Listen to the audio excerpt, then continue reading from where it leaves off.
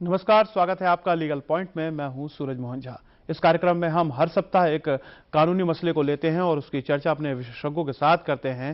साथ में इस कार्यक्रम में हम आपको भी जोड़ते हैं। आपके सवाल, आपके राय को इस मंच पर रखने की कोशिश होती है। आपके सवालों का हम पूरी तरह से कोशिश करते हैं कि अपने विशेषज्ञों से उसका निवारण कर सके या आपको ऐसी सलाह मिल सके जिससे आप लाभ की स्थिति में हो। और कार्यक्रम की इस कड़ी में आज हम बात करने जा रहे हैं एक बहुत ही बेहद महत्वपूर्ण विषय की, जो हमारे दिनचर्या से जुड़ा हुआ है। हम रोजाना किसी न किसी तरह का क्रय विक्रय करते हैं और ऐसे में सामान खरीदते हैं, तो ऐसे में होता है कि हमारे संरक्षण की बातें क्या है। हम जो कोई चीज लेते हैं, कई बार हम सफल तरीके से होते हैं, कई बार हमें ऐसा लगता है कि हम ठगे गए हैं। ऐसी स्थिति में हमारे अधिकार क्या है, कानून हमें किस तरह का संरक्षण देता है, इन सभी बिंदुओं पर हम आज बात करेंगे। और उस विषय पर बातचीत करने के लिए मेरे साथ हैं तीन मेहमान। खास डॉक्टर प्रेमलता उपभोक्ता मामलों की जानकार हैं और जाना माना चेहरा है कंज्यूमर राइट के मामले में, तो इनसे जानने की कोशिश होगी कि किस तरह के अधिकार हमें उपभोक्ता संरक्षण कानून के तहत मिले हुए हैं। और हमारे साथ हैं डॉक्टर शीतल कपूर, डीयू की प्रोफेसर है। साथ में आप उपभोक्ता जो अधिकारों के लिए अपनी आवाज हमेशा बुलंद करती रहती है, तो इनसे भी जानने की कोशिश होगी। और साथ में है हमारे जस्टिस एलसी जैन साहब, पूर्व अध्यक्ष है दिल्ली जिला उपभोक्ता फोरम के, तो आपसे जानने की कोशिश होगी कि लंबा तजुर्बा रहा है कि किस तरह के मामले आते हैं और किस तरह का निपटारा हो। साथ में एक उपभोक्ता के तौर पर हमें किस तरह की सावधानियां भी बरतनी चाहिए, किस तरह अपने अधिकारों के बारे में जागरूक रहना चाहिए और चुप नहीं रहें तो ज्यादा बेहतर होगा। हम चर्चा की शुरुआत जस्टिस एलसी जैन साहब से ही करते हैं। जैन साहब, आपका एक लंबा तजुर्बा रहा है। ये उपभोक्ता संरक्षण कानून को हम अगर समझना चाहें दर्शकों के नजरिए से, क्योंकि कार्यक्रम की शुरुआत कर रहे हैं, तो क्या कुछ कहता है ये उपभोक्ता संरक्षण कानून जो है पार्लियामेंट ने 1986 में बनाया था उपभोक्ताओं के संरक्षण के लिए। उनके संरक्षण को हवा देने के लिए ये 3 टायर सिस्टम है, जिसमें डिस्ट्रिक्ट फॉरम, स्टेट कमीशन और नेशनल कमीशन। इनकी जुरिडिक्शन है अपनी। डिस्ट्रिक्ट फॉरम में 20 लाख तक के केसेस, स्टेट कमीशन 20 लाख से 1 करोड़ तक के, 1 करोड़ से ऊपर के केसेस जो है नेशनल कमीशन में होते हैं। इसके अंदर डिस्ट्रिक्ट फॉरम के अंदर 3 मेंबर होते हैं, एक प्रेसिडेंट, 2 मेंबर, जिसमें से एक लेडी मेंबर होना कंपलसरी है। सिमिलरली यहाँ पर भी जो स्टेट कमीशन में भी एक लेडी मेंबर होना जरूरी है। वहाँ पे 3 से भी ज़्यादा हो सकते हैं, क्योंकि उसके अंदर बेंचेज बनाई जा सकती हैं। इसी तरह नेशनल कमीशन के अंदर वहाँ भी जो है 5 से ज़्यादा मेंबर हो सकते हैं, क्योंकि वहाँ भी बेंचेज बनाई गई हैं। वहाँ 1 करोड़ से ऊपर के केसेज होते हैं। नेशनल कमीशन में जो अध्यक्ष होते हैं वो सुप्रीम कोर्ट के रिटायर्ड जज होते हैं। जो स्टेट कमीशन में होते हैं वो हाई कोर्ट के रिटायर्ड जज होते हैं।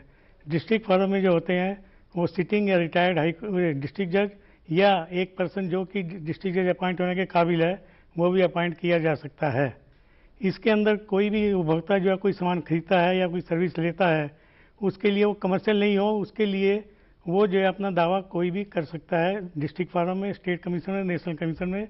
उसके जुरिडिक्शन के मुताबिक पिक्यूनियरी जुरिडिक्शन, जैसे कि 20 लाख, 1 करोड़ या 1 करोड़ से ऊपर के केसेस, वो वहाँ कर सकता है। उसके लिए उसको किसी वकील की ज़रूरत नहीं है। वो सिंपल फार्म के ऊपर अपनी कंप्लेंट लिख के, एलिगेशन उसके अंदर क्या क्या है कि उसने कब माल खरीदा, किससे खरीदा, क्या उसने रसीद ली या नहीं ली, उसका कितना अमाउंट था, किस प्रकार से उसको ठगा गया, किस प्रकार से उसके ऊपर जो है वो ज़बरदस्ती उसको दिया गया या नहीं दिया गया, ये सब चीज़ें लिखकर वो अपनी कंप्लेंट डाल सकता है। उसके लिए एक नॉमिनल प्रेस्क्राइब्ड फीस प्रेस्क्राइब्ड है। 1 लाख तक के लिए 100 रुपये, फिर 5 लाख तक के लिए इस तरीके से वो फीस के साथ अपनी कंप्लेंट वहाँ दे सकता है। और उसके लिए उसको किसी वकील की ज़रूरत नहीं है। वो खुद भी डायरेक्ट या किसी उपभोक्ता फॉरम जो है, जो एसोसिएशन वगैरह बनी है, उसके थ्रू वो फाइल कर सकता है। इसके अंदर उपभोक्ता वही है जिसने कोई सामान खरीदा है, चाहे उसने उसकी पेमेंट किया या नहीं किया, डेफर्ड पेमेंट है या पार्टली पेड किया या पार्टली पेड नहीं की है, ये सब चीज़ें होते हुए भी वो अपनी कंप्लेंट फाइल कर सकता है जिस फॉर्म में वो चाहे। जो अपोजिट पार्टी है वो उस फॉर्म के अंदर वो रिहायश रखती हो या काम करती हो, जो भी है, अगर वो वहाँ पे जिस फॉर्म में वो फाइल कर रहा है वहाँ पे अपोजिट पार्टी का नहीं है, तो वो फाइल नहीं कर सकता। वो अपने अपने संरक्षण के लिए पूरी तरीके से वहाँ पर अपनी आवाज़ बुलंद कर सकता है और उसको न्याय मिलने की वहाँ पर पूरी उम्मीद होती है। इसके अंदर एक चीज़ और भी है कि 21 दिन के अंदर जब वो कंप्लेंट फाइल करता है, उन्होंने कंप्लेंट को डिसाइड करना है कि ये एडमिसिबल है या नहीं है। अगर वो एडमिट हो जाती है तो उसको नोटिस भेजा जाता है और 1 महीने के लिए उसका जवाब उससे मांगा जाता है अपोजिट पार्टी से कि भाई ये कंप्लेंट की कापी है, तुम्हारे खिलाफ कंप्लेंट है, अगर आपने इसके बारे में जो कुछ कहना है तो आप बताइए। और 1 महीने के अंदर उसको जवाब देना होता है, या फिर उसके अंदर 15 दिन का और उसको टाइम दिया जा सकता है उपभोक्ता संरक्षण कानून के मुताबिक, अगर वो जो है फॉर्म चाहे तो। एक चीज और मैं जस्टिस जैन साहब आपसे जानना चाहूंगा, जैसा आपने बताया कि फोरम में जिला जो फोरम है उसमें 3 सदस्य और उसके ऊपर संख्या बढ़ जाती है, तो उस फोरम में क्या जो न्यायपालिका से जुड़े लोग हैं वो होते हैं या समाज के अलग अलग वर्गों को भी के लोगों को उसमें रखा जाता है? ऐसे न्यायपालिका के जो अध्यक्ष होते हैं वो तो न्यायपालिका से ही होते हैं। बाकी जो मेंबर्स होते हैं उनके अंदर उसको एक्सपीरियंस होना चाहिए लॉ का, उसके अंदर उपभोक्ता संरक्षण मामलों का, सोशलाइजेशन का, ये सब चीज़ें जो होते हैं उनके अंदर भी आदमी उनको मेंबर बनाया जा सकता है और वही मेंबर बनते हैं। उसके लिए उनको 10 साल का एक्सपीरियंस होना चाहिए, एज 35 ईयर्स होनी चाहिए, मिनिमम क्वालिफिकेशन ग्रेजुएशन होनी चाहिए। बिल्कुल। तो जैसे कि जस्टिस जैन साहब ने एक विस्तार पूर्वक हमें बताया कि जो उपभोक्ता संरक्षण कानून है वो अपने आप में 3 टायर एक व्यवस्था की जो त्रिस्तरीय व्यवस्था है उसकी बात करता है, जिसमें हम जिला जो है उपभोक्ता फोरम है, राज्य उपभोक्ता फोरम होता है और राष्ट्रीय है जिसमें 20 लाख से हम जिला पे जाते हैं, 1 लाख माफ कीजिएगा 1 करोड़ तक के मामले पे हम राज्य पे और उससे ऊपर के मामले के हम राष्ट्रीय स्तर पे जाते हैं।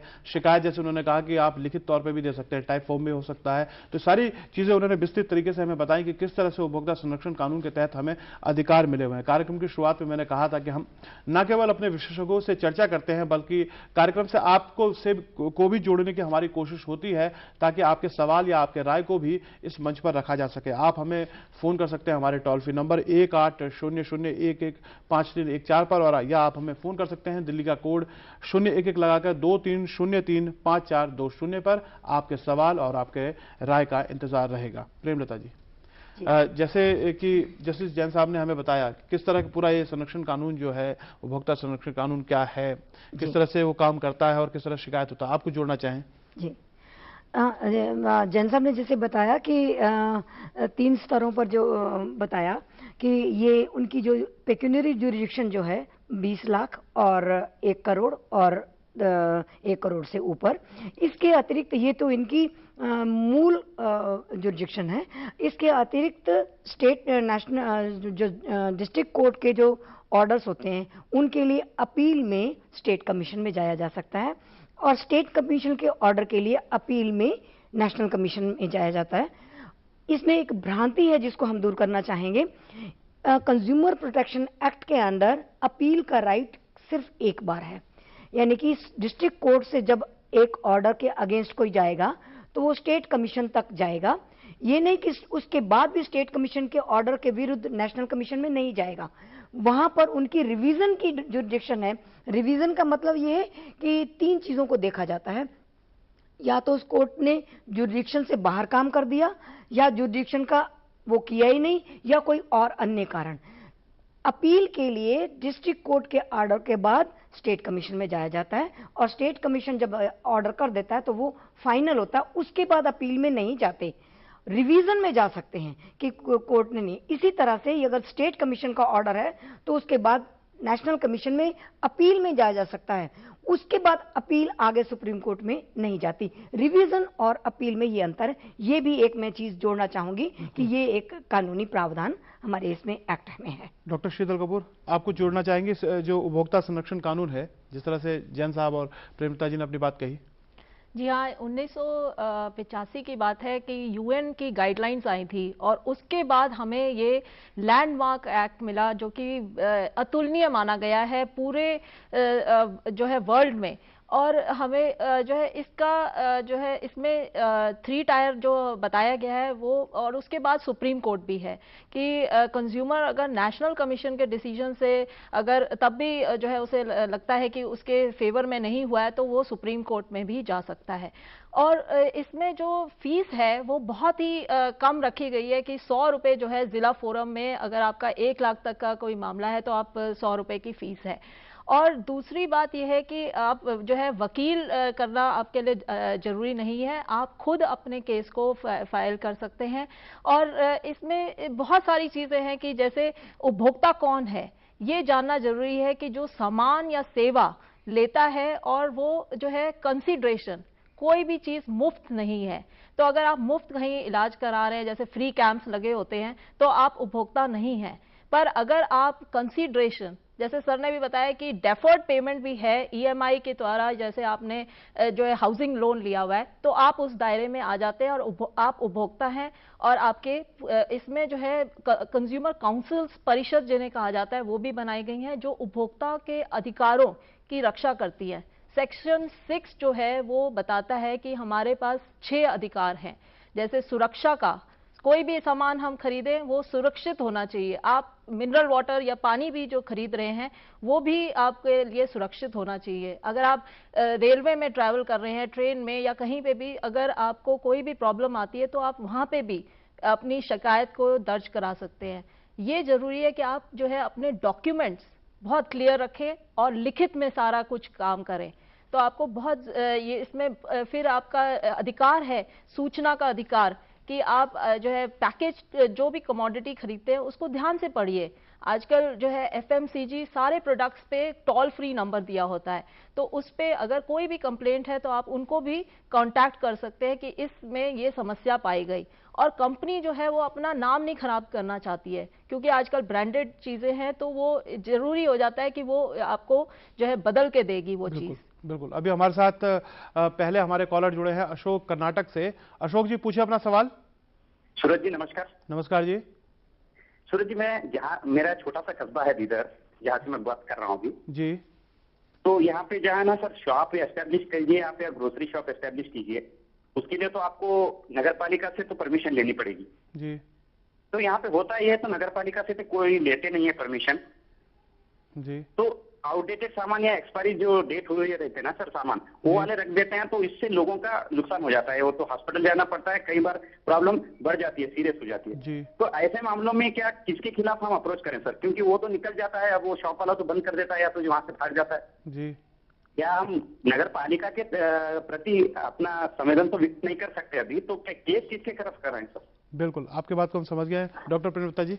इसमें देखिए एक ये बहुत बड़ा प्रश्न है कि कुछ जैसे एमसीडी हैं और ये सारी जितनी स्टैट्यूटरी बॉडीज हैं इनके विरुद्ध किया जा सकता है, केस के नहीं कर सकता, ये एक बहुत बड़ा सवाल है। स्टैट्यूटरी बॉडीज जो हैं वो आपसे कंसीडरेशन नहीं लेती हैं, और इसका पहला एक मूल वो है कि कंसीडरेशन यानी कुछ पेमेंट होनी चाहिए। जो टैक्स के थ्रू पेमेंट लेती है वो बड़ी ही नॉमिनल होती है, उसमें सब्सिडी होती है गवर्नमेंट की। तो एक तरह से वो जो काम है उनका स्टैट्यूटरी काम है। तो स्टैट्यूटरी काम में कोई भी कोर्ट, कंज्यूमर कोर्ट तो क्या, कोई भी कोर्ट स्टैट्यूटरी फंक्शनिंग में इंटरफेरेंस नहीं करता, किंतु यहाँ भी एक छोटी सी डिमार्केशन लाइन है कि स्टैट्यूटरी काम कौन सा है और एडमिनिस्ट्रेटिव काम कौन सा है। जैसे उदाहरण के लिए ये स्टैट्यूटरी काम है नगर पालिका का सबका कि सीवर लगाए जाएं, बनाए जाए और ये सड़कें बनाई जाएं, ये सारी व्यवस्था जो है ये उनका काम है। वो साल का एक पूरा फंड्स रख के एक व्यवस्था करते हैं और एक शेड्यूलिंग करते हैं कि ये काम करना है, वो उनका काम है, उसमें दखल नहीं दे सकते। किंतु वो काम जो किया है उन्होंने, जो बनाया है और उस व्यवस्था में और उस पूरे शेड्यूलिंग में वो काम हुआ नहीं है, तो आप क्वेश्चन उठा सकते हैं, सवाल उठा सकते हैं। एडमिनिस्ट्रेटिव और स्टैट्यूटरी में थोड़ा सा अंतर पड़ा, ये मुश्किल थोड़ा सा हो जाता है करना। जस्टिस जैन साहब, लेकिन जैसा सवाल इनका आया था, कर्नाटक के एक छोटे शहर से है, ऐसे तमाम शहर कर्नाटक के अलावा भी जहां पर हम देखते हैं जो बड़ा बाजी से सवाल है वो परमिशन, खान पान की जो दुकानें हैं ये उतनी परमिशन लेते नहीं है, जैसे उन्होंने नगर पालिका का जिक्र किया है।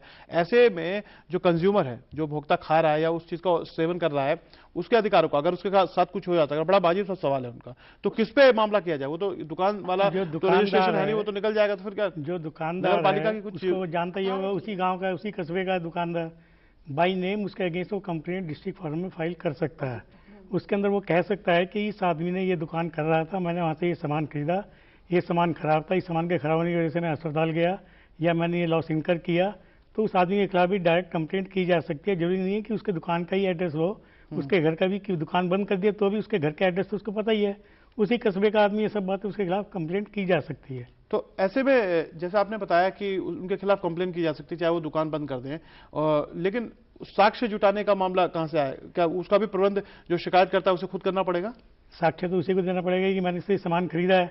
अगर वो आदमी उस चीज़ की दुकान करता था, उसके बारे में साक्ष्य वो गांव से ही ला सकता है। वो आदमी कहे जी ये दुकान करता था, ये सामान बेचता था, तो जब एक प्राइमरी फेस उसने अपनी एविडेंस दे दी है, उस एविडेंस के बेसिस पे अगर कोर्ट सेटिस्फाइड हो जाती है, उसके बाद जो है उसको रिबटल करना दूसरी अपोजिट पार्टी का काम है। बिल्कुल, जैसा कि जैन साहब ने कहा कि आप उस व्यक्ति के खिलाफ शिकायत कर सकते हैं, चाहे वो दुकान बंद कर चुका हो, तो आप अपनी शिकायत को लेकर उपभोक्ता जो फोरम है आपका जिला, उसके पास जा सकते हैं। अभी हमारे साथ एक और कॉलर जुड़े हैं, आरसी शर्मा जी हैं लखनऊ से। आरसी शर्मा जी पूछिए अपना सवाल। सर ये अब ESIC जो होती है, स्टेट एम्प्लॉय इंश्योरेंस कॉर्पोरेशन, जी इसमें लगातार मैं 10 वर्षों से कंट्रीब्यूशन दे रहा हूँ, जी लेकिन जिस फर्म के द्वारा मुझे एम्प्लॉय किया गया उससे उन्होंने किसी प्रकार का मुझे कोई प्रपत्र नहीं दिया, जिससे मैं दवाई वगैरह से या किसी भी तरह के बेनिफिट से वंचित हूँ। तो क्या ये उपभोक्ता संरक्षण कानून के अंतर्गत आता है? मैं इसमें मुकदमा दायर कर सकता हूँ? जी डॉक्टर शीतल कपूर। नहीं, ये उपभोक्ता में, क्योंकि उन्होंने कोई सामान या सेवा नहीं ली है, तो ये उपभोक्ता के श्रेणी में नहीं आएंगे।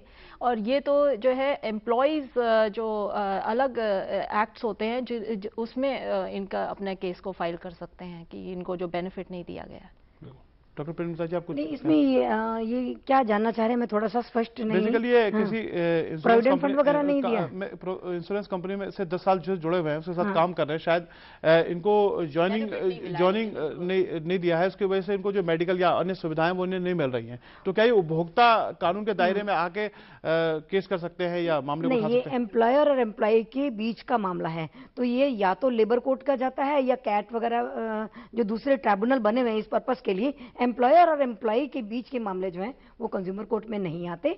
पर अगर एम्प्लॉय नहीं रहता है और कोई प्रोविडेंट फंड का मामला है कि प्रोविडेंट फंड ने कंट्रीब्यूशन नहीं दिया, उस मामले में प्रोविडेंट फंड कमीशन को आप कंज्यूमर कोर्ट में क्वेश्चन कर सकते हैं। तो मैं दर्शकों की नजर से आपसे एक चीज चाहूंगा जो आप क्लियर कर दें कि कैसे कौन कौन से ऐसे मामले हैं जिन्हें उपभोक्ता के दायरे में माना जाता है, वो उपभोक्ता संरक्षण कानून के दायरे में आते हैं? देखिए, जब ये एक्ट बना था उस वक्त भी ये प्रश्न उठा था कि जब इतने सारे एक्ट्स हैं तो कंज्यूमर प्रोटेक्शन एक्ट की आवश्यकता क्यों है, क्योंकि बहुत सारे एक्ट्स थे कंज्यूमर को लेकर, इतने सारे एक्ट्स ऑलरेडी एग्जिस्ट करते थे, फिर भी कंज्यूमर प्रोटेक्शन एक्ट को क्यों लाने की आवश्यकता पड़ी।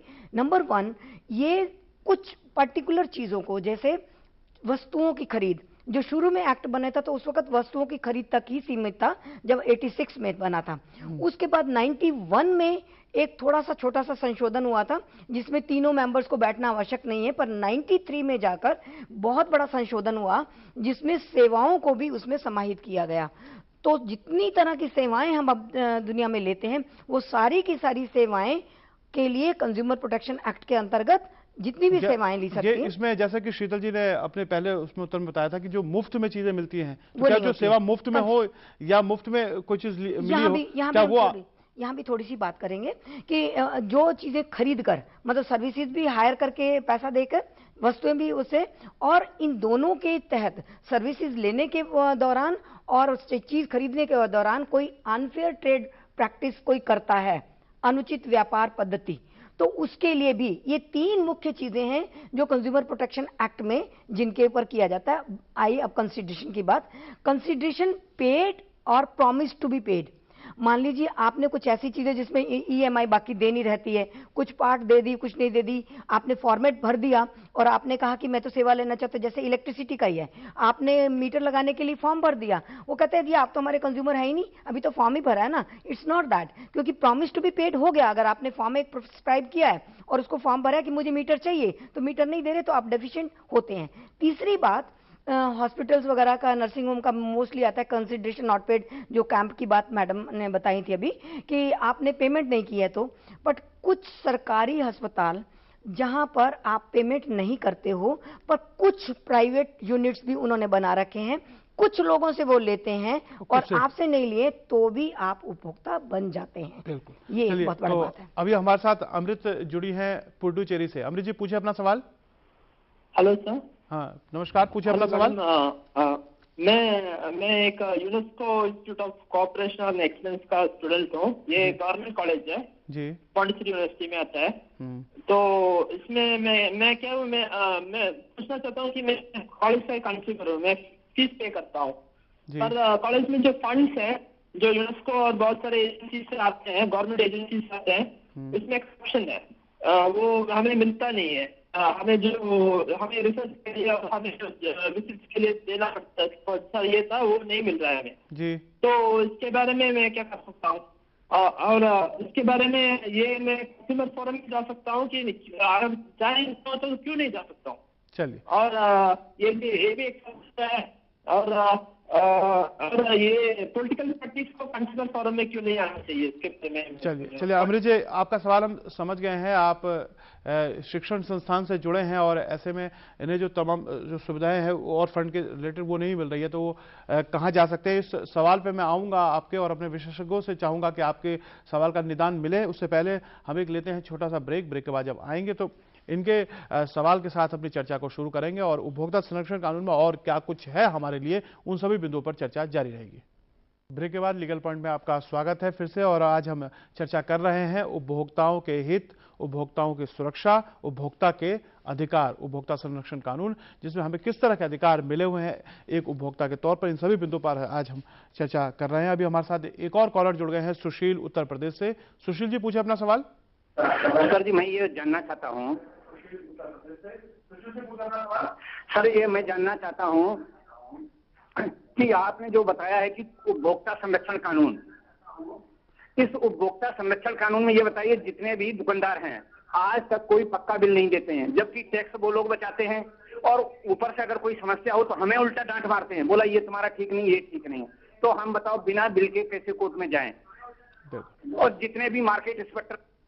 बिल्कुल सुशील जी, आपका सवाल हम समझ गए हैं। जो एक आम आजकल एक समस्या होती जा रही है, खासतौर से ऐसे क्षेत्रों में जो कि छोटे शहर हैं, कस्बा इलाके हैं, जहां पे बिल अभी भी नहीं दिए जाते हैं और उससे ग्राहकों को ही कहा जाता है कि आपको हो सकता है इससे ज़्यादा देना पड़े, तो इस चक्कर में नहीं देते हैं और बाद में उनकी इस तरह की समस्याएं आती हैं। तो आपके सवाल का जवाब भी मैं लूंगा, लेकिन उससे पहले मैं जस्टिस एलसी जैन साहब से, मैंने अमृत जो हमारे पुडुचेरी से एक दर्शक का फोन आया था और उन्होंने जैन साहब बात की थी कि किस तरह से जो उनको फंड जो आता है वो नहीं मिलता, तो उनके सवाल का जरा निदान आप करें।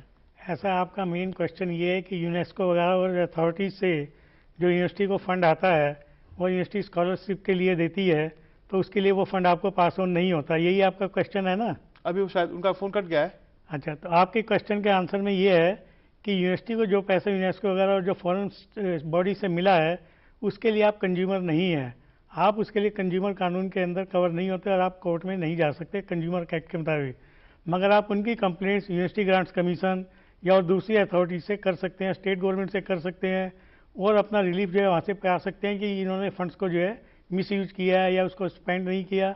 वो सब राइट आपके पास है, वो आप कर सकते हैं, मगर कंज्यूमर एक्ट में आप कवर नहीं होते, यहाँ नहीं आ सकते। बिल्कुल, मैं इसमें ऐड करना चाहूंगी कि ये आरटीआई द्वारा भी यूनिवर्सिटी से के खिलाफ जो है पता लगा सकते हैं कि भाई उन फंड्स का क्या हो रहा है, तो उसमें उनको जो है यूनिवर्सिटी को फिर जवाब देना होगा, तो इसमें आरटीआई कानून का भी इस्तेमाल कर सकते हैं। तो अमृत जी, हाँ आप भी कुछ जोड़ें। यहाँ पर ये बात भी है कि वो उनका स्टैट्यूटरी काम है, ये उनकी एक व्यवस्था है कि वो कहीं से फंड्स लेते हैं और फंड्स का इस्तेमाल करते हैं, उनका स्टैट्यूटरी काम है, उसमें कोर्ट दखल नहीं दे सकता। और फिर इसके लिए आपने कोई कंसिडरेशन नहीं दी, आप कंज्यूमर तभी बनते हैं जब आप कोई लेकिन उनके पास दूसरे तरीके बहुत हैं। अच्छे बताया उन्होंने। तो अमृत जी, जैसे कि जैन साहब और शीतल जी ने बताया आपको कि आप बेशक उपभोक्ता संरक्षण कानून के दायरे में नहीं आते, लेकिन आपके पास दूसरे साधन उपलब्ध हैं इस लड़ाई को लड़ने की। अगर आपको लगता है कि आपके साथ कुछ गलत हो रहा है या वहां कुछ गलत हो रहा है, तो ऐसे में जिस तरह से जस्टिस जैन साहब ने बताया और शीतल जी ने कि आरटीआई का भी आप इस्तेमाल कर सकते हो, तमाम तरह के फोरम आपके पास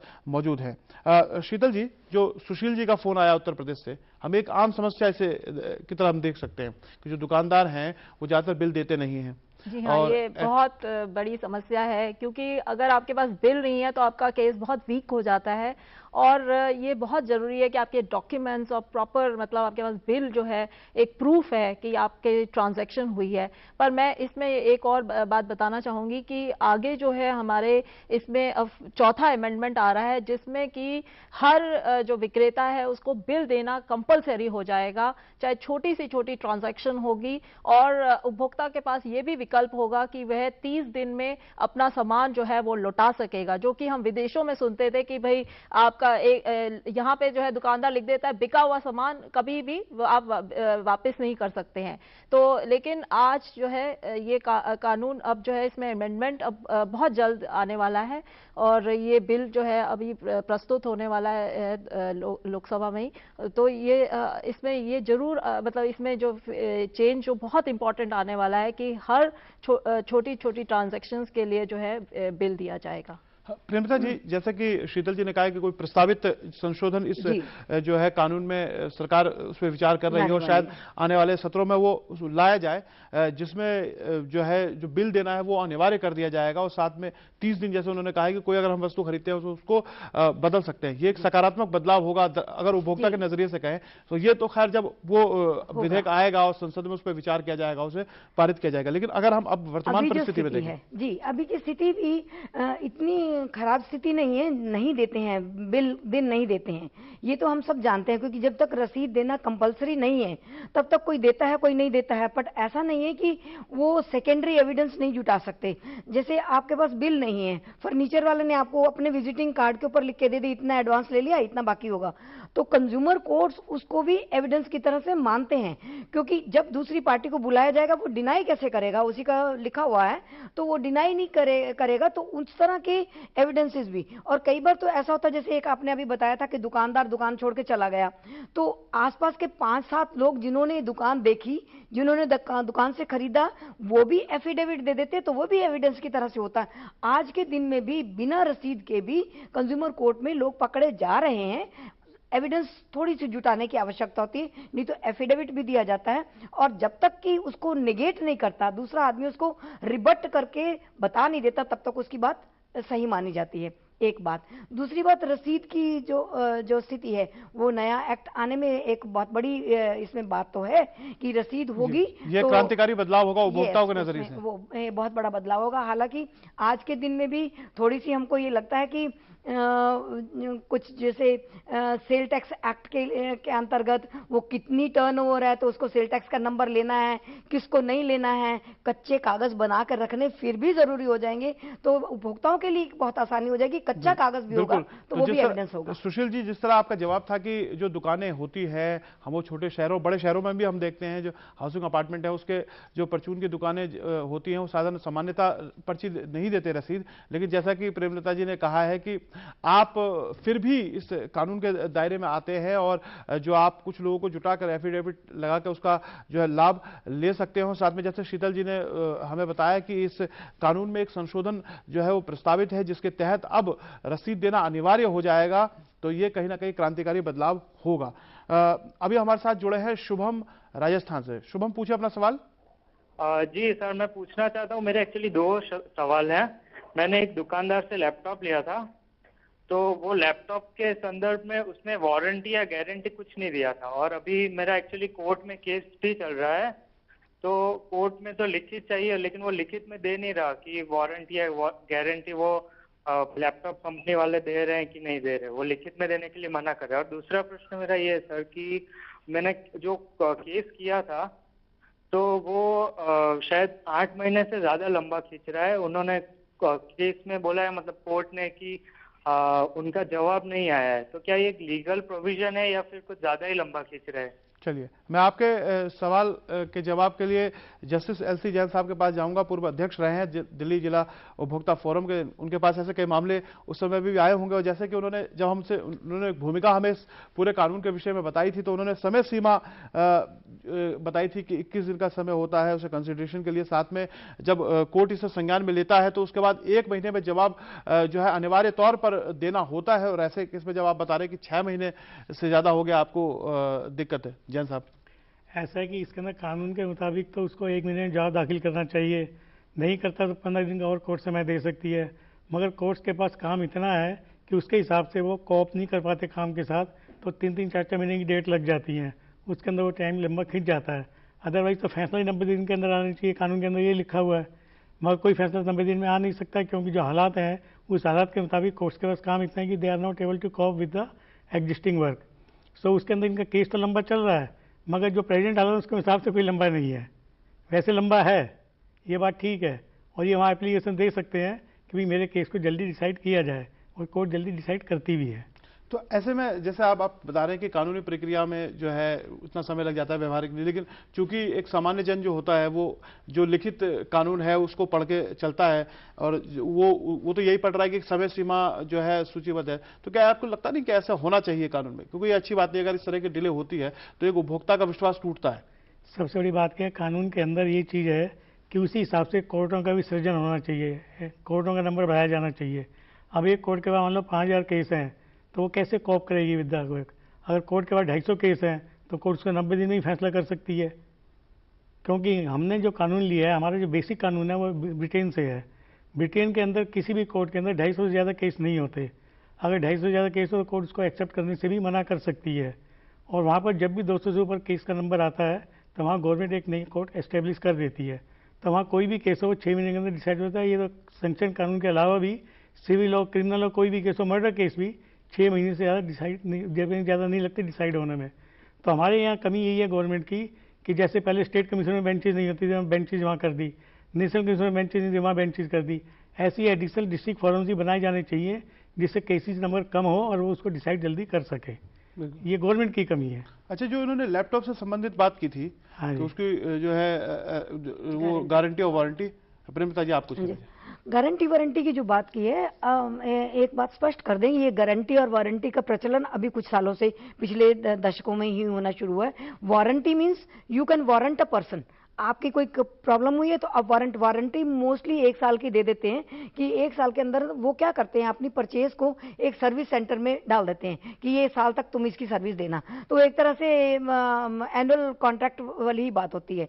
अगर नहीं भी दी है तो कंज्यूमर कोर्ट्स का ये रुख है कि एक चीज 1 साल के अंदर अंदर अगर ठीक काम नहीं करती तो उसमें मैन्युफैक्चरिंग डिफेक्ट है, या तो तुम्हारा ऑपरेशन ठीक नहीं है, आपको ऑपरेशन करना नहीं आया, उसकी वजह से खराब कर दिया। ऑपरेशन नहीं ठीक होने से कोई कंप्यूटर बेसिकली सारा खराब नहीं हो जाता। तो वो मैन्युफैक्चरिंग डिफेक्ट तो अगर होता है, बिना गारंटी बिना वारंटी के भी कंज्यूमर कोर्ट्स ऐसे आदेश देते हैं कि भैया तुम्हारा 6 महीने के अंदर अंदर वो काम ही नहीं कर रहा, तो it is basically manufacturing defect है, उसको रिप्लेसमेंट की, उसको ठीक करने की और उसके लिए रिफंड करने के भी आदेश कंज्यूमर कोर्ट्स देते हैं। शीतल जी, जिस तरह से हम देख रहे हैं गारंटी वारंटी का, जैसे प्रेमता जी ने बताया, इसका चलन पहले नहीं था, अब ये ज्यादा बड़ा है। आदमी बड़े भ्रम की स्थिति में भी रहता है। कई बार तो ये पता ही नहीं होता कि गारंटी और वारंटी है क्या। ऐसे मुझे लगता है कि गारंटी चीज है, इतने दिन की हमें मिली हुई है। तो आपको लगता नहीं कि उपभोक्ता संरक्षण कानून की हम व्याख्या कर रहे हैं, लेकिन ये चीजें भी स्पष्ट होनी चाहिए। जो पढ़ा लिखा तबका है शायद वो इंटरनेट या इसे बहुत ज्यादा जुड़ा हुआ है तो वो इसे जांच लेता है, लेकिन सामान्य जन जो है, जैसे कि हमारे पास कॉल भी आ रहे हैं छोटे छोटे शहरों से, ग्रामीण इलाकों से, वो लोग इन सब चीजों से दूर रहते हैं और फिर अपने आप को ठगा हुआ महसूस भी बाद में करते हैं। जैसे कि इस दर्शक का फोन था, शुभम का, अब ये लैपटॉप इस्तेमाल करते हैं, पढ़े लिखे हैं, उसके बावजूद भी उनके साथ इस तरह हुआ है।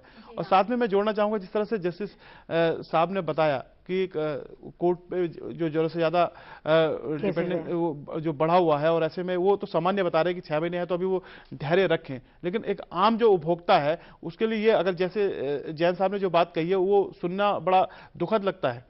देखिए, एक तो मैं कहूंगी कि ये मीडिया ने आपके प्रोग्राम द्वारा मेरे को लगता है कि बहुत लोगों तक ये बात पहुंच रही है।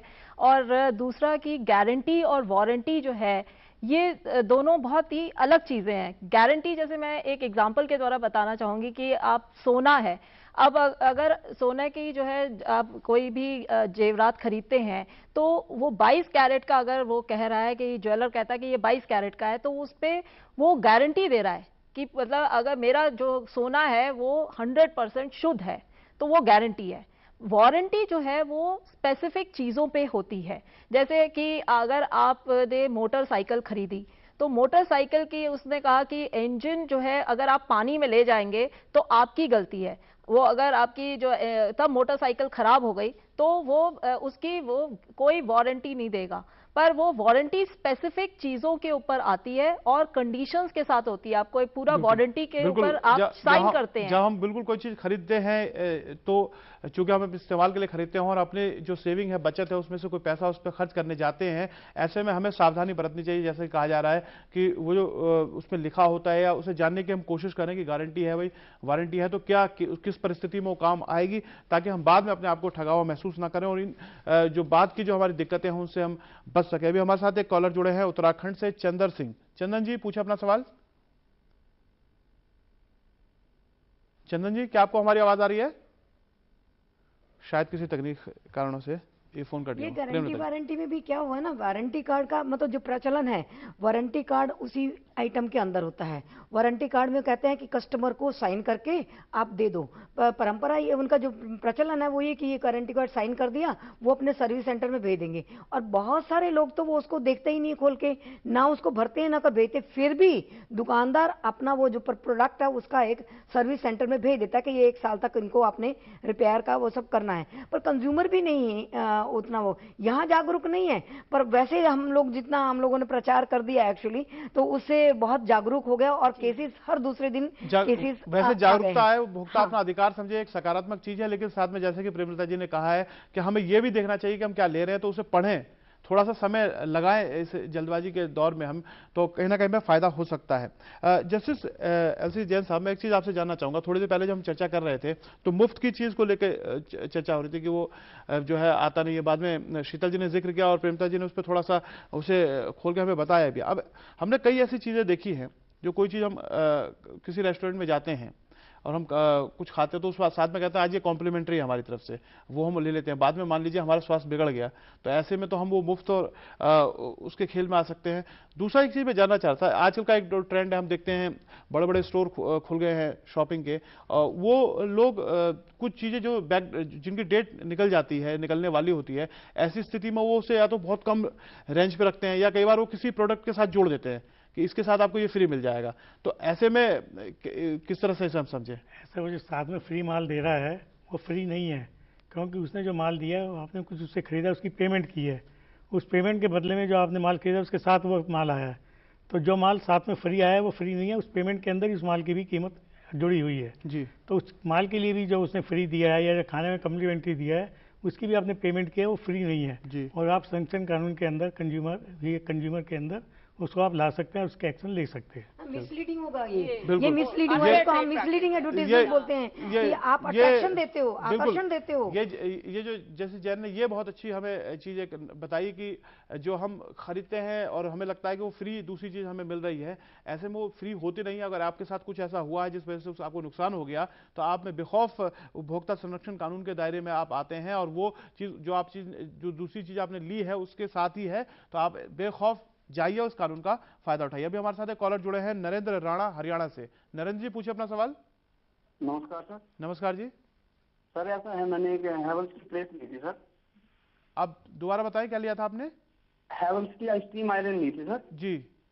उसमें लेकिन सर मैंने अभी 20 मार्च में ली थी सर वो, लेकिन उसमें वो 2 दिन भी नहीं चली सर जी। उसमें वो काफी डिफेक्ट थे। तो मैंने कंपनी में 2-3 बार कॉल किया जी। तो कंपनी के एडवाइजर आए, लेकिन उन्होंने सर ऐसे के ऐसे मुझे वो वापस कर दी, कहने लगे हमारे प्रोडक्ट में यही गड़बड़ है। तो आप बताइए सर मैं क्या करूं सर इसके लिए। चलिए, हम नरेंद्र जी के सवाल को लेकर, क्योंकि ये भी एक सामान्य सा सवाल है कि हम कोई चीज़ लेते हैं उसके बाद वो ख़राब हो जाती है, तो ऐसे में हम अपने विशेषज्ञों से ये भी जानने की कोशिश करेंगे, वो दर्शकों को बताएं कि किस तरह से पूरी एक प्रक्रिया होती है, कैसे वो अपने अधिकारों के साथ जाएं, शिकायत करें और कहाँ संपर्क किया जा सकता है, क्योंकि ये भी बड़ा एक भ्रम की स्थिति पैदा करता है कहाँ करना है, क्या करना है। तो इन सभी बातों पर हम आएंगे, इनके सवाल के साथ अपनी चर्चा को आगे बढ़ाएंगे छोटे से ब्रेक के बाद। ब्रेक के बाद लीगल पॉइंट में आप सभी का स्वागत है। कार्यक्रम में आज हम बात कर रहे हैं उपभोक्ता अधिकारों की, कि उपभोक्ता संरक्षण कानून में हमें किस तरह का संरक्षण मिला हुआ है, क्या हमारे अधिकार हैं, कैसे मामलों को लेकर हम आगे बढ़ सकते हैं और कौन सी ऐसी चीज़ें हैं जो उपभोक्ता से जुड़ी हुई नहीं है। हम नरेंद्र जी के सवाल का जवाब ले उससे पहले हमारे साथ एक कॉलर और जुड़े हैं भूपेंद्र राजस्थान से, तो उनका भी सवाल लेते हैं। भूपेंद्र जी पूछिए अपना सवाल। Good evening to all. Sir मैं ये जानना चाहता हूँ कि मैं एक मोबाइल उपभोक्ता हूँ, मोबाइल की सेवा जो मैं इंटरनेट सेवा लेता हूँ 3G की, उसके लिए मैं पूरा पे करता हूँ, but I am not getting the service. They are claiming that in this particular area we are providing the 3G service, but we are not getting sometime when we need it जी। So how I am able to claim it.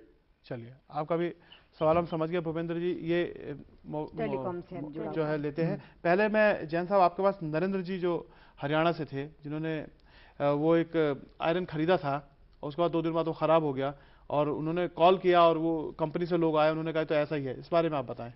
ऐसा ही, उन्होंने जो माल खरीदा 2 दिन में ख़राब हो गया और वो कहते हैं ये तो ऐसा ही है, तो एक कंपनी की जिम्मेवारी है और वो उपभोक्ता कानून के मुताबिक वहाँ डिस्ट्रिक्ट फोरम में जा सकते हैं, अपनी कंप्लेंट फाइल कर सकते हैं और कंपनी को उसका जवाब देना पड़ेगा, क्योंकि वो ये कह देना कि भाई तो ऐसे ही है, ये नहीं चलेगा। कंपनी को साबित करने वाले ऐसे ही कैसे है। कंपनी ने जब माल बेचा है वो परफेक्ट बेचा है, उसको कोई ख़राब स्थिति में नहीं बेचा है, ना उसने ख़राब स्थिति में उसको ख़रीदा है। जब उसने सही माल खरीदा है, सही पेमेंट की है, सही पेमेंट की, उसको सही जो है माल मिलना चाहिए। अगर वो माल उसको सही नहीं मिलता है तो वो फरीदाबाद में जाकर अपने वहाँ से रिडर्सल अपना करा सकता है ग्रीवेंस का। तो नरेंद्र जी, आप जो है अपने जिला उपभोक्ता फोरम में जाएं और आप शिकायत कर सकते हैं और आपको इसका जो है हर्जाना जो आपको नुकसान हुआ है उसकी भरपाई हो सकती है। शीतल जी, भूपेंद्र जी का जो फोन आया था अभी हमारे पास राजस्थान से, और उन्होंने जो 3G की सेवाओं को लेकर कहा कि वो इंटरनेट इस्तेमाल करते हैं मोबाइल पे, और आजकल हम देखते हैं प्रचलन ज़्यादा है ही, लेकिन कुछ क्षेत्रों में जो है उनको 2G है, 3G नहीं है। ऐसे में बता रहे हैं कि क्या ये जो है उपभोक्ता अधिकार का हनन है? जी हाँ, हनन तो है, लेकिन ये उपभोक्ता फोरम्स जो है वो टेलीकॉम से जितनी भी डिस्प्यूट्स हैं वो अभी नहीं ले रही हैं। तो इनको जो है सबसे पहले तो सर्विस प्रोवाइडर जो है उसको लिखित में कंप्लेंट करे। अगर वो नहीं सुनता तो हर जो है जितने भी सर्विस प्रोवाइडर्स हैं उनके ऊपर नोडल ऑफिसर्स बनाए गए हैं, वहां पे इनको शिकायत करनी होगी। और फिर टेलीकॉम ने ट्राई द्वारा TD सैट की स्थापना की गई है, तो वहां पे भी ये शिकायत कर सकते हैं। वहां पे एक एपिलेट ट्रिब्यूनल बनाया गया है, तो वहां पे इनकी कंप्लेंट सुनी जाएगी। तो अभी कोई भी टेलीकॉम डिस्प्यूट्स कंज्यूमर फोरम्स में नहीं जा रही हैं। बिल्कुल, अभी जो टेलीकॉम से जो संबंधित मामले हैं वो उपभोक्ता मामले से अभी नहीं जुड़े हैं। तो मैं प्रेमलता जी आता हूं आपके पास। अभी हमारे साथ एक और कॉलर जुड़ गए हैं, उनका भी सवाल ले लेता हूं। अमित नोएडा से हैं। अमित, पूछे अपना सवाल। हाँ, नमस्कार सर। नमस्कार सर, मेरा सवाल ये था कि जैसे हम कोई भी मार्केट से सामान खरीदते हैं जी, कोई भी खाने पीने का सामान खरीदते हैं और हमें लगता है कि उसमें कोई मिलावट है, तो उसकी जांच के लिए हमें लेबोरेटरी कहाँ पे उपलब्ध होगी? जी, प्रेमलता जी। इसमें मैं पहले वाला जगह इसका जवाब दूं। पहले इनका ले दीजिए, फिर उस पे जोड़ दीजिए। खाद्य सामग्री वाला, यदि आपको लगता है कि इसमें मिलावट है तो इसके लिए दो तरीके हैं। एक तो आपकी अथॉरिटी है, फूड अथॉरिटी है, जिसमें आप शिकायत कर सकते हैं। तो वहां पर एक सेक्शन है जिसमें ये प्रावधान है कि आप अपने से भी टेस्ट करवा सकते हैं। तो जो भी ऑथराइज्ड लेबोरेटरी है वो आपको उसमें टेस्ट करवाकर और आपको दिखाना पड़ेगा कि देखिए ये मिलावट है, और अथॉरिटी को एक शिकायत होगी तो वो पिनल एक्शन लेंगे और जो भी एक समग्र रूप से जो अथॉरिटी के जो नियम है उसके अनुसार करेंगे। दूसरा ये है कि यदि आपको मिलावट लग रही है तो थोड़ा बहुत भी अंदाजा है तो आप उसको कंज्यूमर कोर्ट में ला सकते हैं, पर कुछ तो अंदाजा हो, ऐसे तो बिना उसके कि ये जो मिलावट है तो टेस्टिंग करवाते हैं। जैसा अमित ने शायद जो कहने का अभिप्राय ये था कि वो मान लीजिए रेस्टोरेंट में या होटल में आप खाना खा रहे हैं, उनको थोड़ा सा भी आभास होता है कि ये जो है इसमें कुछ मिलावट है या ये पुराना है जो स्वाद से हिसाब से लगता है। हाँ। तो ऐसे में उन्हें क्या करना चाहिए? उनको तो अथॉरिटी में शिकायत करनी चाहिए कि फला रेस्टोरेंट में कुछ इस तरह के कुछ उन्हें सैंपल उसमें से रख लेना चाहिए, वो भी कर सकते हैं। और नहीं तो जैसे ब्रेड के लिए, दूध के लिए ऐसी शिकायतें आती है कि मिलावट वाला है या कम वेट का है, तो कंज्यूमर कोर्ट में आते, कंज्यूमर कोर्ट भी टेस्टिंग के लिए भेजता है। लेकिन इसमें जैन साहब, मान लीजिए अगर वो जो ग्राहक है जो सेवा वहाँ रेस्टोरेंट में गया है, उसने खाया, उसे खराब लगा या उससे स्वाद में कुछ गड़बड़ लगी, तो उसने रेस्टोरेंट में या होटल में ही उनके प्रबंधक से शिकायत की कि भाई ऐसा तुम्हारे गड़बड़ है। उन्होंने सुना या अनसुना कर दिया उसे, उसके बाद वो आगे बढ़ते हैं। अब जो है अथॉरिटी जो फूड एडल्ट्रेशन की है उसके पास जाए या उपभोक्ता में जाए, अब वो क्या चेक करेंगे? मान लीजिए वो भूलवश या इतनी जागरूकता रहती है, उनको तो ये लगता है कि हमने तो शिकायत कर दी और वो सैंपल लेना भूल गए, तो ऐसे में कैसे पकड़ में आएगा वो? ऐसा है कि इसके अंदर स्वाद वगैरह के बारे में तो कोई कंप्लेंट होती नहीं है, कोई मेरे को स्वाद ठीक नहीं लगा, कुछ नहीं लगा, वो नहीं। अगर उसके अंदर कोई कमी है, पुराना कोई एडल्ट्रेशन है, कोई पुराना सामान इस्तेमाल हुआ है, उसके अंदर जो कुछ उनको लगता है तो जो मालिक है उस रेस्टोरेंट का उससे शिकायत करेगा। वो नहीं सुनता तो खुद ही जब अपने खाने में सैंपल लेके और वो उनको दे सकता है फूड एडल्ट्रेशन ऑफिसर को भी। कहने का अभिप्राय यह है कि जो आप जो है थोड़ा हो सके उस समय पे और सैंपल जरूर अपने साथ कुछ बिना सैंपल की टेस्टिंग के तो प्रमाणित कैसे करेगा कि भाई इसके अंदर एडल्ट्रेशन है या इसके अंदर कुछ कमी है। तो उसके अंदर वो जो जब कानून के अंदर कवर होता है वो उपभोक्ता फार्म में जाएगा, वहाँ पर वो कहेगा जी ये मैंने खाना खाया था, और तब तक वो खाना ही खराब हो गया तो उपभोक्ता फार्म भी क्या करेगा जी। उसके अंदर ये है कि जो फूड एडल्ट्रेशन ऑफिसर होते हैं they are bound to reach at the spot immediately on the basis of the complaint, and they are also bound to take the sample by themselves and then that sample is sent. वो sample जो है वो जो है फिर laboratory में भेजा जाता है और वहाँ से जो है with in a period of 45 days maximum report आती है। उस रिपोर्ट के ऊपर जब रिपोर्ट आ जाती है कि ये खाना खराब था, उसके बेसिस पर उपभोक्ता कानून के अंदर भी मामला दायर कर सकता है। बहुत अच्छी बात जैन साहब ने बोली शीतल जी, लेकिन अब इतनी जल्दी वो नंबर कहाँ से प्राप्त होगा या मैं बताती हूँ। देखिए अभी नया जो एक्ट आया है FSSAI आई है, तो उसके जो है टोल फ्री नंबर है 1811 2100 1800112100। तो उस पे जो है उपभोक्ता इमीडिएटली कांटेक्ट कर सकता है और उनके द्वारा जो है लैबोरेटरीज अगर वो खुद भी टेस्ट कराना चाहता है। अनिवार्य भी है कि जो रेस्टोरेंट या जो होटल्स हैं वो भी इस तरह के नंबरों को अपने उनमें उनको डिस्प्ले करना चाहिए उनको। अभी तो सिर्फ जो है वेबसाइट, अभी पैकेज फूड पे, लेबलिंग पे, सब पे इनका नंबर आता है और FSSAI का जो है वेबसाइट का नाम भी हर एक लेबल पे अब अनिवार्य हो गया है। लेबलिंग के भी इनके नॉर्म्स हैं कि आप जो भी इंग्रेडिएंट्स हैं उसको बताएंगे और जो है कोई भी ऐसी चीज नहीं बताएंगे कि जो मतलब पैकेज में अंदर नहीं है और आप पैकेज में शो कर रहे हैं। तो बहुत स्ट्रिक्टनेस हो गई है। बिल्कुल, और आगे और भी इसे अनिवार्य बनाया जाएगा। अभी हमारे साथ जुड़े हैं सोमोदीप, पश्चिम बंगाल से हैं। सोमोदीप, पूछे अपना सवाल। हाँ, मैंने बोल रहा था कि मैंने एक सैमसंग फोन खरीदा, ठीक है जी। तो मैंने सैमसंग फोन खरीदा था, उसमें वारंटी दिया था, एक ही था, ठीक है, वारंटी का ऑफर दिया था। तो मैं 3 महीना यूज किया, उसके बाद सॉफ्टवेयर उसका जो सॉफ्टवेयर चला गया, फोन एकदम से पावर ऑफ हो गया, कुछ नहीं हो रहा। मैंने सर्विस सेंटर में गया, उसने बोला कि ये आपका ही फॉल्ट है, ये हम आपको सारा रिपेयर कर देगा बट चार्ज मिलेगा। मैंने बोला आपने तो बोला था 1 ईयर का वारंटी है, तो कैसे चार्ज रहेगा? उसने बोला नहीं होगा, मेरे पास फोन मेरा पास ही है, तो डेड हो गया। जी, तो आपने कोई अभी तक कदम उठाया सोमोदीप इसकी कंप्लेन? तो किया था, मैंने दो।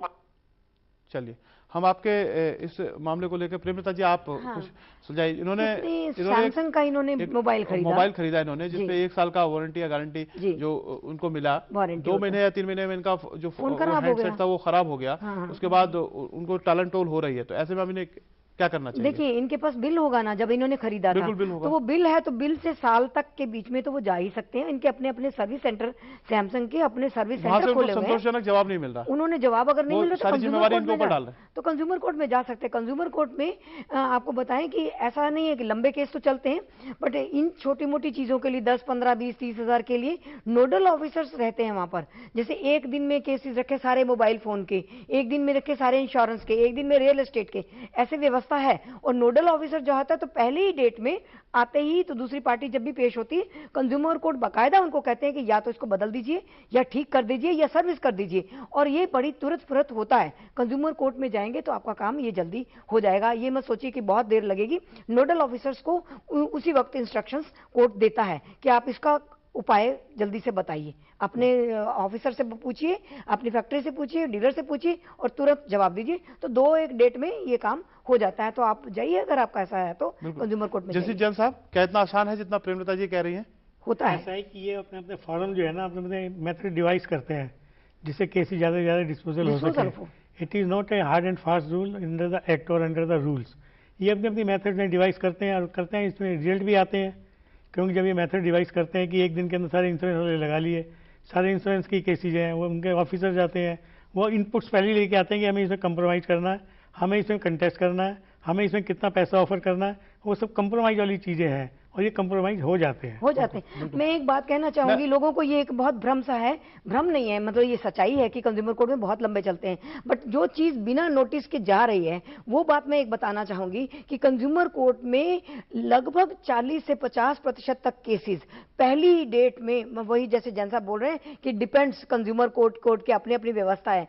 बट मुझे अपना अनुभव है कि 50 करीब केसेस तो पहली डेट में 10,000 की मशीन है, 25,000 की मशीन है, ये एक सकारात्मक चीज है कि जो 50% मामले हैं वो पहली या दूसरे कहीं नोटिस में नहीं आ रहे हैं, कोई नहीं जानता है कि कंज्यूमर कोर्ट ये काम भी कर रहे हैं। ये कोई दलील नहीं होती कि मामला थोड़ा लंबा जाता है तो मैं शिकायत करने जाऊं ना, क्योंकि शिकायत अगर आप करते हैं तो ये एक दबाव बनता है। शायद आपका मामला उतनी जल्दी ना सुलझे या आपको वो संतोषजनक जवाब ना मिले, लेकिन उस जो संस्थान पे या उस व्यक्ति पे ये प्रभाव पड़ता है कि भविष्य में अगर मैं ऐसी गलती करता हूं तो दोबारा फंस सकता हूं और किस्मत हर बार साथ नहीं दे सकती। अभी हमारे साथ जुड़े हैं मूलचंद मीणा राजस्थान से। मूलचंद जी, पूछे अपना सवाल। सर, मैंने अपनी मिसेज का ऑपरेशन करवाया था राजस्थान कट्टा हॉस्पिटल बांदीकुई जी। उसमें डॉक्टर ने उसका मिसेज का मैंने बच्चेदानी निकलवाई थी, तो उसके दौरान इंजेक्शन लगे थे तो इंजेक्शन इंफेक्शन हो गया और उसके मवाद पड़ गई बहुत ज्यादा और काफी 2 महीने में जाके कंट्रोल हुआ वो। फिर उसके बाद में डॉक्टर से मैंने बोला ये क्या हुआ कि ये तो हो जाता है ऐसे ही, तो बोला कि ये तो ऐसे ही फुंसी थी इसलिए हो गया। तो मैंने उसको कमजोर कोर्ट दौसा में डाला, तो वहां से मेरी कोई सुनाई नहीं हो रही, मैं क्या करूं सर? कितना टाइम हुआ है आपको मूलचंद जी शिकायत किए हुए? 2 जून 2014 को करवाया था सर मैंने ऑपरेशन। अच्छा अच्छा, तकरीबन 9 महीने हो गए। 9 महीने इनको हो गए, तकरीबन साल ही हो जाएगा। ऐसे में इनको उपाय सुझाएं आप। ऐसा है कि आपने जो मेडिकल वहाँ सर्विसेज ली है, उन मेडिकल सर्विसेज के अंदर डॉक्टर की रिस्पॉन्सिबिलिटी ये होती है कि ऑर्डिनरी एक डॉक्टर क्या कर सकता है वो उसने किया या नहीं किया।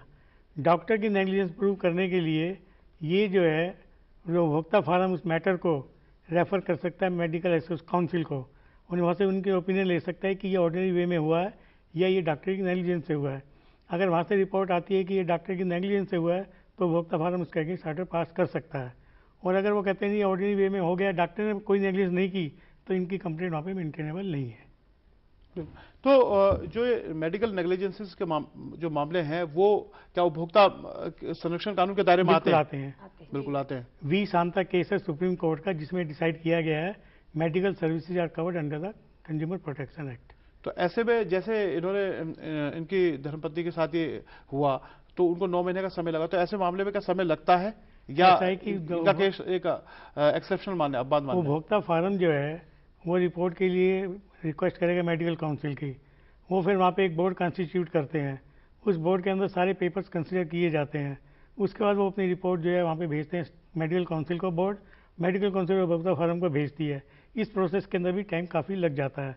अभी तो ये भी नहीं पता कि इनके जो मैटर है वो मेडिकल काउंसिल को उपभोक्ता फार्म में भेजा है या नहीं भेजा तो है। अगर मान लीजिए ऐसा संशय है जैसा आपने भी खुद इसे जाहिर किया, तो ऐसी स्थिति में इनको करना क्या चाहिए? अब 9 महीने का समय हो गया, इनके पास जानकारी है नहीं, इनको जो है मेडिकल इनको जो उपभोक्ता फार्म में एक एप्लीकेशन देनी चाहिए कि मेरा केस मेडिकल काउंसिल को भेजा जाए और वहाँ से पूछा जाए कि ये नेग्लिजेंस डॉक्टर की है या नहीं है।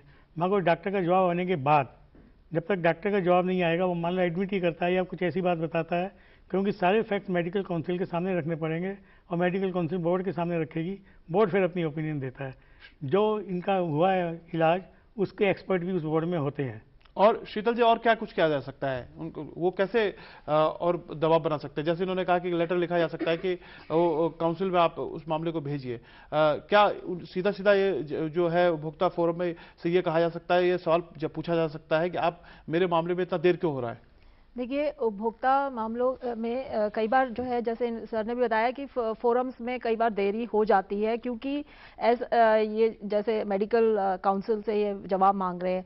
दूसरा है कि ये वेबसाइट पे भी जाके चेक करें कि उपभोक्ता फोरम जो है उसमें सारे ही प्रेसिडेंट और मेंबर्स के नंबर भी होते हैं, और भी जो है उनको आप ईमेल और रजिस्ट्रार को भी कांटेक्ट कर सकते हैं। तो उसमें अपने केस की स्थिति जाने कि भाई कब उनको जो है किस डेट क्या दी जा रही है और क्यों डिले किया जा रहा है। हमारे पास अब बिल्कुल आखिरी मिनट में हम प्रेमलता जी आपसे भी फाइनल कमेंट जानना चाहेंगे। इसमें मेरे को एक बात कहनी है कि कंज्यूमर के पास ये राइट है कि वो फाइल इंस्पेक्ट कर सकता है, फाइल इंस्पेक्ट करे कि फाइल की स्टेजेस कहां तक है, क्योंकि उनकी एक साइट पे नोट शीट होती है। कैसे कर सकते नहीं, वो यदि वो उपभोक्ता है तो वो उपभोक्ता फोरम में ही जाकर एप्लीकेशन लगा सकता है कि मुझे फाइल इंस्पेक्ट करनी है, तो फाइल इंस्पेक्ट कर सकता है, वो चेक कर सकता है कि नोटिंग में क्या क्या हुआ, मतलब डे टू डे जो हियरिंग हुई उसमें नोटिंग में क्या हो रहा है। आरटीआई से अलग है, वो आरटीआई का कोई मतलब नहीं कोर्ट में। इसमें यह कि वो सिर्फ अपनी फाइल इंस्पेक्ट कर सकता है कि किस दिन क्या क्या हुआ और अभी उनकी स्टेज क्या है, पहली बात। तो दूसरी बात, कई बार जो मेरा अपना अनुभव है कि वो केस को प्रेजेंट बड़ी अच्छी तरह से नहीं कर पाते हैं कि एक्चुअली मेडिकल नेग्लिजेंस कहाँ है, तो कई बार ढूंढते ढूंढते पता नहीं चलता कि नेग्लिजेंस क्या कह रहे हैं, वो नेग्लिजेंस क्या कह रहे हैं। और दूसरी बात, एक चीज जोड़ने चाहूंगी कि जरूरी नहीं कि सिर्फ मेडिकल काउंसिल को, लोगों ने ऑब्जेक्शन किया था कि मेडिकल काउंसिल को आप एक्सपर्ट ओपिनियन के लिए भेजते, तो वो तो अपने भाई है उनके, तो वो उनका, इसलिए इंडिपेंडेंट जो सरकारी अस्पताल है उनको भी भेजी जा सकती है रिपोर्ट के लिए, भेजी जा सकती है। तो जो आज हमारी चर्चा का एक सार ये निकला कि उपभोक्ता जो संरक्षण कानून है वो कहीं ना कहीं हमें अधिकार देता है, हमारे हाथ मजबूत करता है कि हम कोई भी सेवा लेते हैं या खरीद करते हैं तो ऐसे में हमारे पास एक अधिकार होता है, मगर वो तब होगा जब हम भी खुद जागरूक बने और हम जब कोई चीज़ खरीदते हैं या कोई सेवा लेते हैं तो बाकायदा पक्की रसीद जो होती है उसकी वो हम रखें, अपने उससे संबंधित चीज़ें रखें। जैसे कि खाने पीने वाले मामले पर हमने बात करी, तो ऐसे में हम सीधा शिकायत करके इतिश्री समझते हैं, तो हम थोड़ी सी अपनी दिमाग का इस्तेमाल करें और जो सैंपल है उससे भी अपने साथ रख ले तो वो ज़्यादा फायदा दे सकता है। तो ऐसी छोटी मोटी सावधानियां हम बरत सकते हैं। और जैसे कि एक व्यवहारिक बातचीत में ये बात निकला कि कानून के इतर जो न्यायालयों के पास अपना एक जो है बहुत ज़्यादा केसों का मामला होता है, उसमें समय लंबा खिंच जाता है, वो अपवाद स्वरूप होता है, ऐसा सब मामलों में नहीं होता, क्योंकि 50% मामले ऐसे भी हैं जो 1, 2 या 3 ही हियरिंग में सुलझा लिए जाते हैं। तो ऐसे में धैर्य ना